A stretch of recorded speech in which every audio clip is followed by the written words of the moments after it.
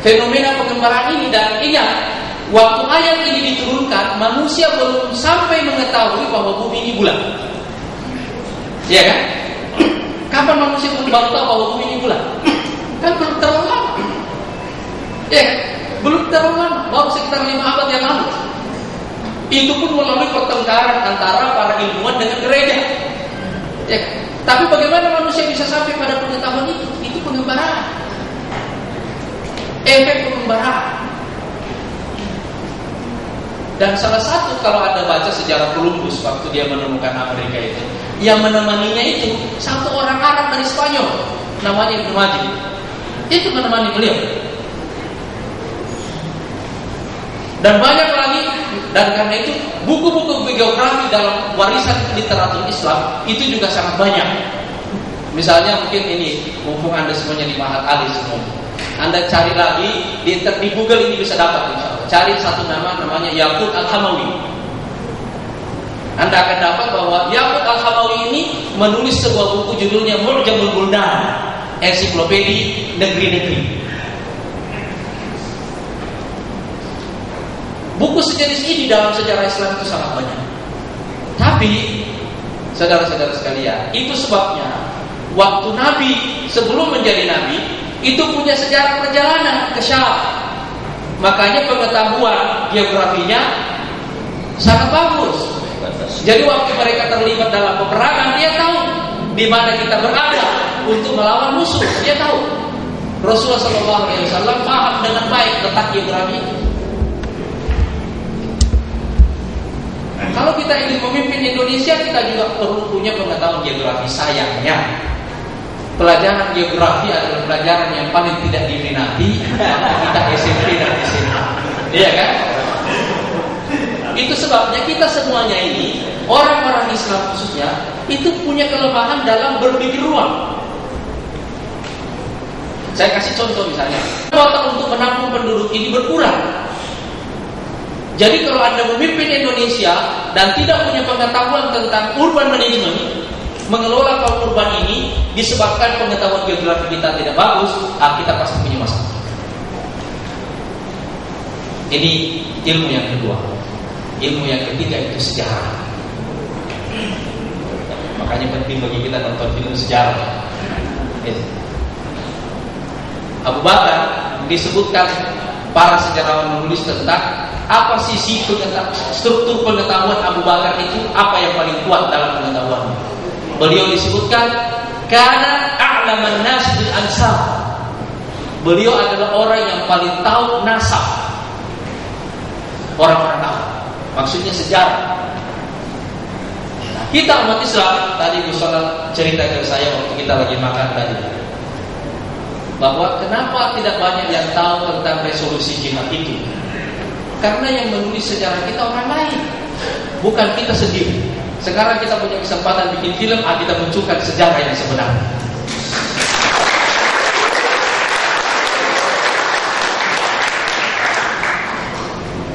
Sekarang coba Anda lihat kaum Indonesianis menulis sejarah Indonesia itu luar biasa dari semua aspek.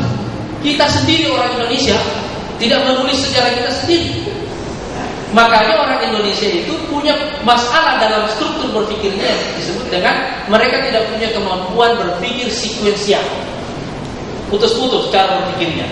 Itu sebabnya sekarang sejarah kehidupan kita juga mengalami historical discontinuity, ketidaksinambungan sejarah. Ya kan? Orde lama penuh dengan kebebasan, tapi orang miskin. Orde baru datang bilang, ini harus ada antitesa baru.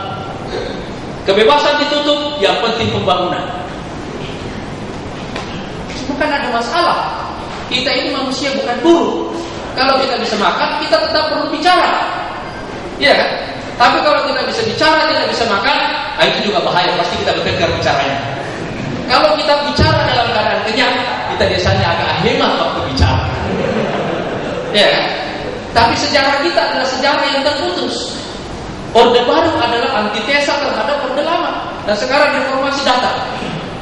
Ini gak jelas reformasi ini. Apakah dia orde lama atau orde baru? Yang jelas dia bukan sintesa orde lama dan orde baru. Makanya gaduh. cuma gaduhnya tidak produktif. Karena kita tidak punya kebiasaan berpikir sekuensial. Nah, kalau kita belajar Quran, lebih dari 2/3 isi Quran itu adalah sejarah. Tapi sekarang coba Anda itu sejarawan siapa yang Anda kenal di Indonesia? Makanya TV-TV itu begitu mau cari narasumber sejarah, sangat sedikit ahli sejarah di Indonesia. Paling-paling orang undang Anwar Gonggong, ada Mansur Surya Negara, ada apa namanya? Buat Betawi. Udah profesi. Jadi banyak. Dan ada lihat jurusan sejarah di sekolah-sekolah kita, itu adalah jurusan yang paling tidak. Jadi saya pikir-pikir ini, siapapun yang jadi presiden nanti tahun 2014, yang pertama-tama dia harus memberikan beasiswa S2, S3 untuk jurusan sejarah dan jurusan geografi. Dan juga jurusan linguistik. Ya. Atau setidak-tidaknya nanti kalau ada dari negara ini yang jadi menteri pendidikan, sebenarnya kan Pak Nuh ini kan dari NU. Ini perlu diberitahu, Gus. Supaya demi beasiswa di semua perguruan tinggi yang maju dalam 3 bidang ini, khususnya untuk program S2 dan S3, yaitu ilmu linguistik, kemudian ilmu geografi dan ilmu sejarah. Ini. Nah, kalau Anda punya 3 ilmu ini digabung dengan ilmu agama, sini Anda punya kemampuan berpikir luang, Anda punya kemampuan berpikir sekuensial, dan Anda punya kemampuan naratif yang tinggi. Selesai. Nah, biasanya memimpin negara itu insya Allah bukan pekerjaan yang terlalu sulit. Ini yang pertama tadi. Nah, sekarang ini ada pertanyaan tadi tentang PKS, tentang prahara dan macam-macam. Saya tidak menyebut ini prahara, walaupun kita menerima ungkapan publik bahwa ini prahara, badai dan seterusnya. Tapi kita di PKS ini punya prinsip begini: tidak ada orang yang bisa menjadi pelaut ulung kecuali setelah dia melampaui badai.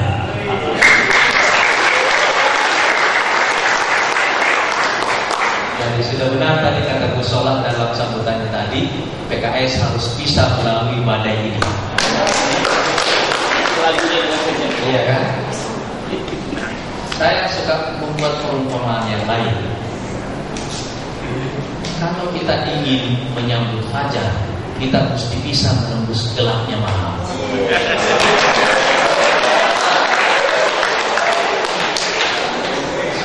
Jangan romantis ini, kita terpengaruh Kiai Hasyim tadi.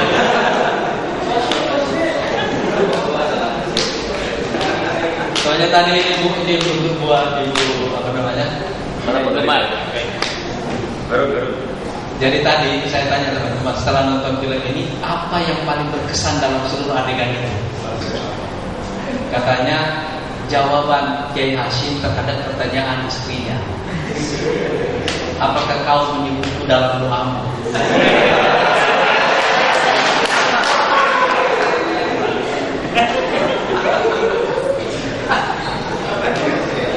Jadi kata Kiai Hasyim, waktu saya berdoa kepada Allah untuk dimasukkan ke dalam surga, kau ada di dalam doa itu. Karena kau adalah bagian dari jemaah. Kata teman-teman ternyata Kiai itu romantis.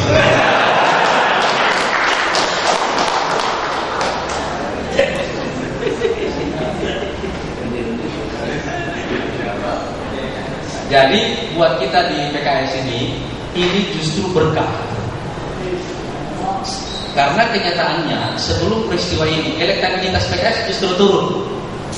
Setelah peristiwa ini justru elektabilitas kita naik. Pak Lutfi itu ditangkap pada tanggal 29 Januari. Tanggal 24 Februari kita memenangkan Pilkada Jawa Barat. Tanggal 7 Maret kita memenangkan lagi Pilkada Sumatera Utara. Karena itu kita bikin syukuran di Semarang, bikin acara Mukernas, kumpulkan seluruh ketua DPD, dan kita declare badai pasti berlalu.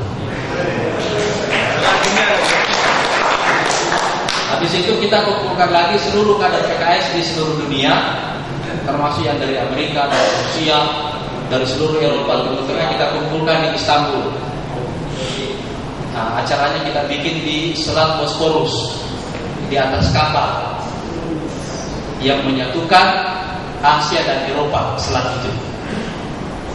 Saya bilang sama kader-kader PKS, sengaja kita adakan di sini supaya Anda tahu bahwa pekerjaan kita bukan sekedar memimpin Indonesia suatu waktu, tapi lebih dari itu. Kita punya misi yang lebih besar dari sekedar itu. Misi kita adalah misi peradaban dan bukan sekedar politik.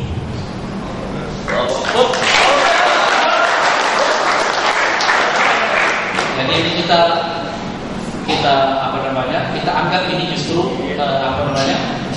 berkah bagi kita. Nah, biasanya saya bilang kepada kader-kader PKS, saya bilang begini, Anda harus belajar memahami cara berpikir para pemain selancar. Makin tinggi gelombangnya, makin enak untuk berselancar. Ya kan? Itu yang kita pelajari. Jadi kita tunggu begitu gelombangnya datang, jangan dilawan itu gelombang. Kita bermain di dalam gelombang itu.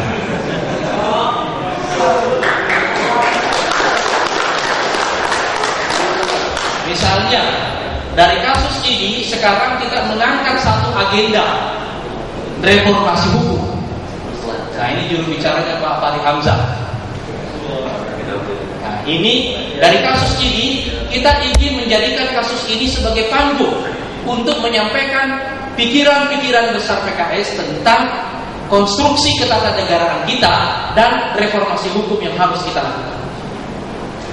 Dari kasus PBN ini kita jadikan ini panggung untuk menjelaskan ide-ide besar kita tentang kebijakan energi secara makro dan kebijakan makroekonomi kita secara nasional. Jadi kita tidak anggap ini masalah, justru kita anggap ini sebagai berkah. Ini adalah peluang bagi kita. Nah, kalau kita berpikir dengan cara seperti ini, karena itu saya punya waktu jalan-jalan, sebab saya pikir ini berkah, saya jalan-jalan saja, saya tidak perlu ada di Jakarta. Ya kan? Itu sebabnya saya punya kesempatan silaturahim ke sini, guys. Karena kita anggap tidak ada masalah yang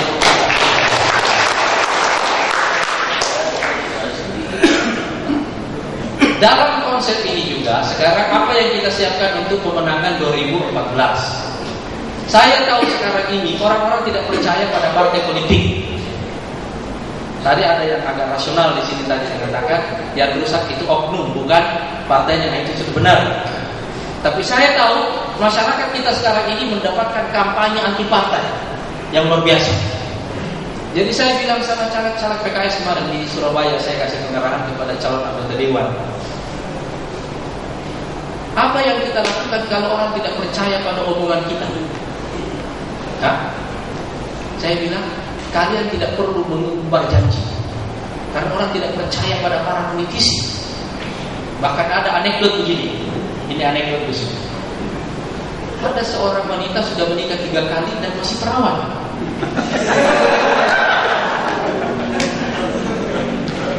Dia datang sama dokter, bagaimana ceritanya kamu sudah 3 kali menikah masih perawan? Dia bilang begini, dok, aku saya yang pertama itu, pada malam pertama saya baru tahu ternyata dia impoten. Akhirnya cerai. Saya kawin lagi. Waktu malam pertama saya baru tahu ternyata suami saya itu seorang gay, seorang homoseks. Dia lebih suka laki-laki daripada perempuan. Akhirnya saya cerai lagi. Nah, dokternya bilang, terus yang ketiga ini suami saya seorang politisi.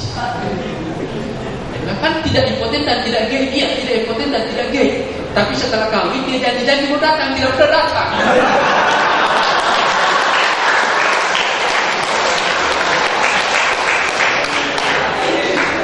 Cuma janji-janji. Tapi foto perkawinan sudah dipasang di status BB masalahnya. Itu sikap orang terhadap para politisi sekarang, kan orang tidak percaya. Apa yang kita lakukan kalau orang tidak percaya seperti itu? Saya bilang yang harus Anda lakukan adalah turun dan ketemu dengan orang. Jangan kasih janji, turun ketemu aja, tatap mata yang benar. supaya orang lihat apakah Anda punya bakat pembohong di wajah Anda. Ya kan? Lihat muka saya. Temui setiap orang itu, bikin daftar pemilih yang ada di dapil Anda. Setelah itu kunjungi orang satu-satu. Jangan ada nama yang tidak Anda kunjungi. Datang kepada orang itu, kasih lihat muka Anda dengan baik. Cukup senyum, tidak usah kasih janji. Lihat muka saja, supaya dia merasakan, supaya dia lihat sendiri muka saya ini muka pembohong atau tidak, muka tukang janji atau tidak, muka jahat atau baik. Biar dia lihat sendiri. Biar dia lihat sendiri. Makanya sekarang kita silaturahim aja terus. Ketemu semua orang, gak perlu kasih janji-janji. Justru sekarang menurut saya berjanji itu salah. Yang harus dilakukan oleh para politisi sekarang ini bukan berjanji, tapi menjelaskan ide dan mengajak orang untuk mengikuti ide itu. Itulah bedanya nabi dengan politisi. Politisi itu targetnya cuma mencari suara. Kalau nabi tidak cari suara, cari pengikut. Ya kan? Makanya tugas nabi menjelaskan ide, karena dia mau mencari pengikut. Kita kalau mau kuat di negeri ini, mau jadi pemimpin, yang kita cari adalah pengikut, bukan sekedar suara.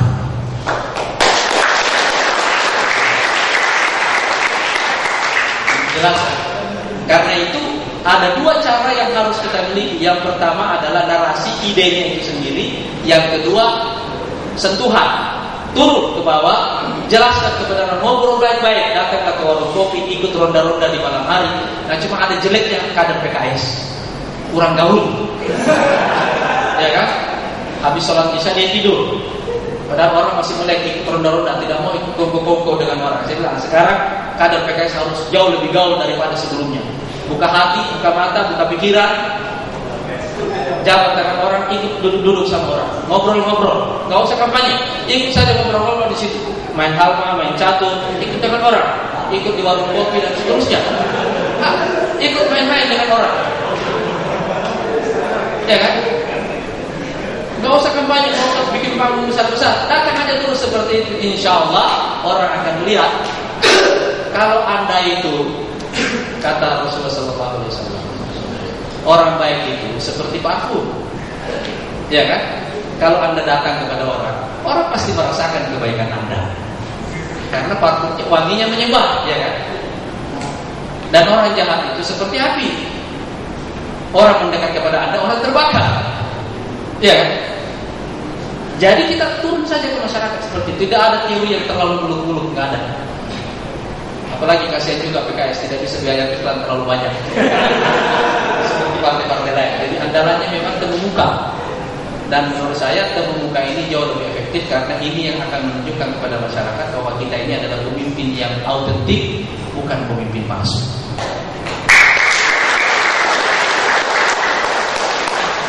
Kira-kira saya sudah jawab sebagian besar tadi pertanyaan yang saya rangkum saja, gitu ya. Tadi ada pertanyaan terakhir, kalau apa tadi?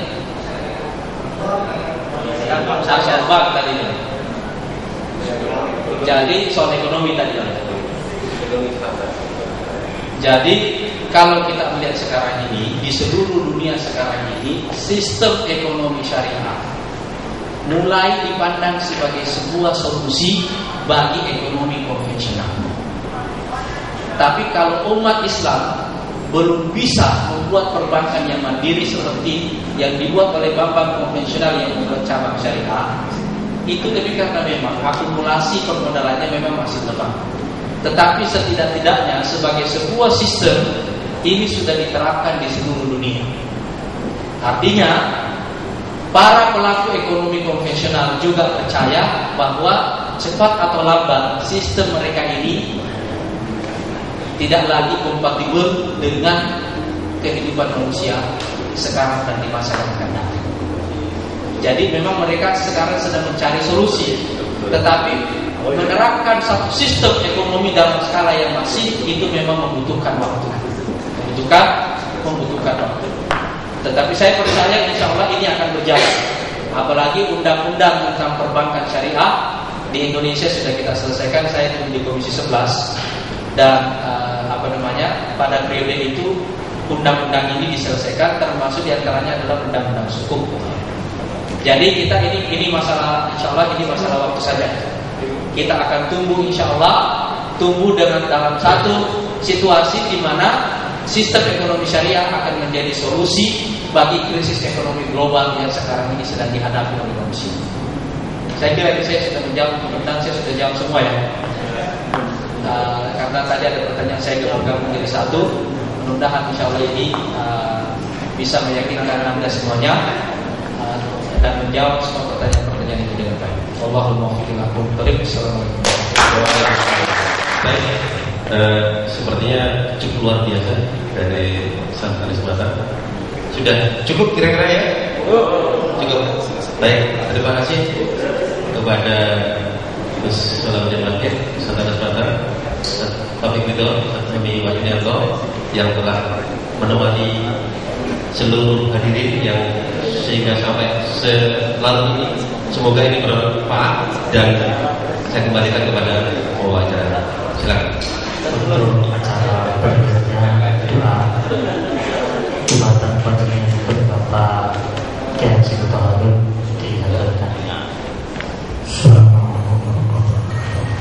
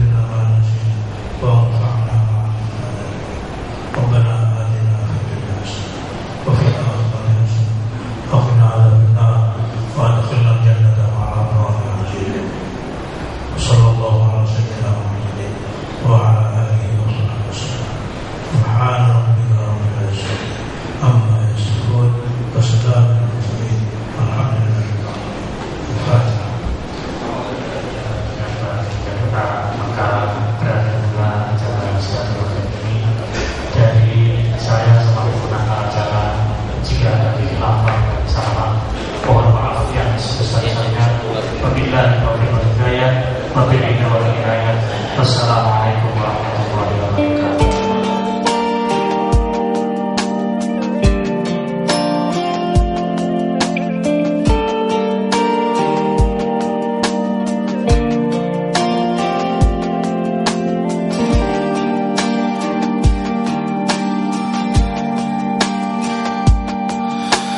Jauh melangkah meniti waktu berlalu, jauh berjalan lewati berjuta warna kehidupan. Tanpa tak sadari dalam cermin wajah ini. Bertambah umurku dalam hidup yang semakin merapuh.